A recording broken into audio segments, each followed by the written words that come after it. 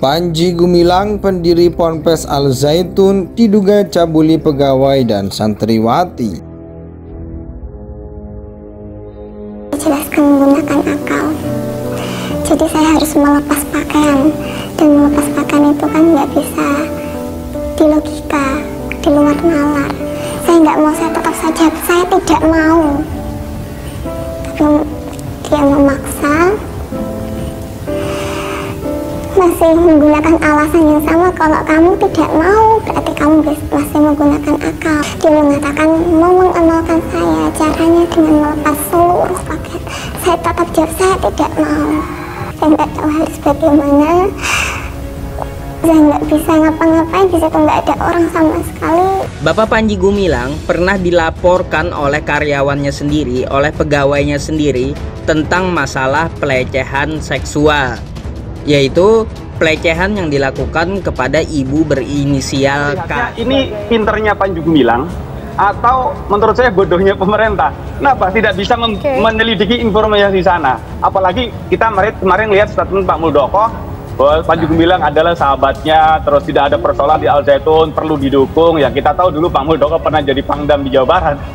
Jadi ini pencampur adukan ini, pembiaran ini kalau menurut saya ini berbahaya sekali, karena ini kalau bagi kami ya yang memang pernah di dalam terus ini beredar di mana-mana, bahkan korbannya sekarang banyak sekali anak muda, pelajar, mahasiswa. Ini kalau sudah bergabung meninggalkan orang tua, mengkafirkan orang lain, ini sudah menjadi bibit-bibit intoleransi, radikalisme, bahkan mengarah kepada terorisme.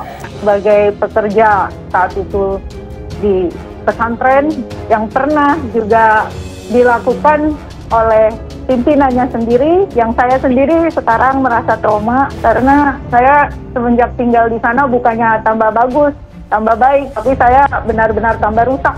Di sana tidak mengenal dosa karena saya harus melayani, bahkan sampai pernah ada kejadian bapak saya meninggal, saya minta izin, kemudian pimpinan itu meminta saya datang ke kantor saya yang 2 km dari tempat saya tinggal. Saya datangin karena saya memang butuh izin tanda tangan untuk saya bisa keluar.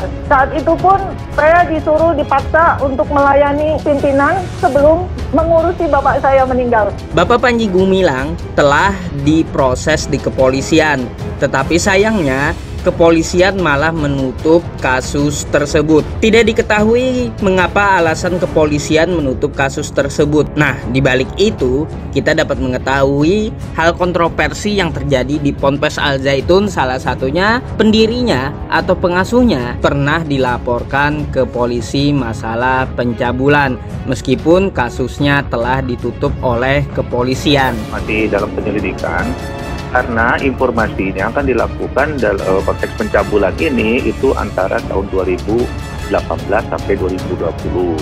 Nah, sementara korbannya juga baru melapor di 2021. Nah, ini tentu penyidik akan melakukan pendalaman ya secara detail dan dengan kehati-hatian, karena namanya pencabulan tersebut butuh bukti-bukti yang konkret.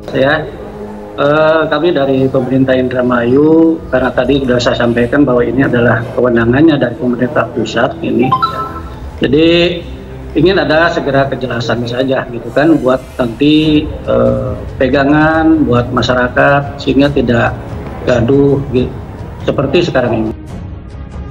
Belakangan ini nama Pondok Pesantren Al Zaitun Indramayu menjadi perbincangan hangat publik. Bagaimana tidak mereka melaksanakan praktik ajaran Islam yang berbeda dari biasanya. Salah satunya diunggah akun @kepanitiaan Al Zaitun soal sholat Idul Fitri 1444 Hijriah. Dalam konten tersebut tampak jemaah dibuat berjarak dan juga bercampur antara jemaah perempuan dan laki-laki. Keterangan pada foto tersebut dikatakan sebagai perayaan Idul Fitri di Masjid Ar-Rahmatan lil Alamin Al Zaitun Indonesia. Berkat hal tersebut, pendiri yayasan yang bernama Panji Gumilang atau yang kerap dipanggil Syekh Panji Gumilang turut menjadi sorotan. Pria bernama Abdul Salam Rashidi Panji Gumilang itu mendirikan Ponpes Al Zaitun pada 13 Agustus 1996. Namun sosok Panji Gumilang itu disebut-sebut memiliki rekam jejak yang cukup kontroversial. pria kelahiran desa Sambung Anyar itu sempat dihubungkan dengan Gerakan Darul Islam atau NII KW 9. Gerakan ini dipimpin oleh Abu Toto yang diduga nama alias dari Panji Gumilang. Bukan hanya itu, pada tahun 2017 silam alumni UIN Syarif Hidayatullah Jakarta itu sempat bermasalah dengan guru-guru di Ponpes Al Zaitun Indramayu. Kala itu Panji Gumilang diduga sudah melakukan penghinaan dan pelecehan. Karena kasus tersebut diperkirakan sebanyak 117 guru tidak dapat mengajar karena belum mengajukan surat pengajuan seperti yang diinginkan oleh Panji Gumilang. Kasus pelecehan yang diduga dilakukan Panji Gumilang bukan hanya itu saja. Pada tahun 2018, Panji Gumilang sempat melakukan pelecehan seksual terhadap mantan pengawainya yang berinisial K. Namun, korban baru melaporkan pendiri Pondok Pesantren Al Zaitun tersebut pada tahun 2021. Hal tersebut lantaran lingkungan Al Zaitun yang sangat ketat. Bahkan pengacara korban yang bernama Jumaidi Anom mengatakan bahwa korban ditempatkan Panji di area Ponpes. Selama di lokasi yang berjarak 2 km dari pusat pendidikan, Panji mengawasi K. Bahkan saat korban berobat ke rumah sakit pun K selalu mendapatkan pengawalan dari petugas Ponpes Al Zaitun. Panji dilaporkan dengan tuduhan pencabulan terhadap K. Korban sempat membuat laporan bernomor LP-B-212-2-2021 ke Polda Jabar. Kasus tersebut sampai saat ini sudah berjalan sekitar 3 tahun. Akan tetapi kasus dugaan pelecehan seksual tersebut masih belum menemui titik terang. Panji Gumilang juga masih aktif sebagai pendiri Pondok Pesantren Al Zaitun yang kontroversial tersebut. Bukan hanya itu, pada tahun 2017 silam alumni UIN Syarif Hidayatullah Jakarta itu sempat bermasalah dengan guru-guru di Ponpes Al Zaitun Indramayu. Kala itu Panji Gumilang diduga sudah melakukan penghinaan dan pelecehan. Karena kasus tersebut diperkirakan sebanyak 117 guru tidak dapat mengajar karena belum mengajukan surat pengajuan seperti yang diinginkan oleh Panji Gumilang. Kasus pelecehan yang diduga dilakukan Panji Gumilang bukan hanya itu saja. Pada tahun 2018, Panji Gumilang sempat melakukan pelecehan seksual terhadap mantan pengawainya yang berinisial K.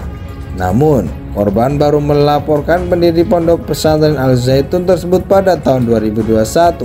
Hal tersebut lantaran lingkungan Al Zaitun yang sangat ketat. Bahkan pengacara korban yang bernama Jumaidi Anom mengatakan bahwa korban ditempatkan Panji di area Ponpes.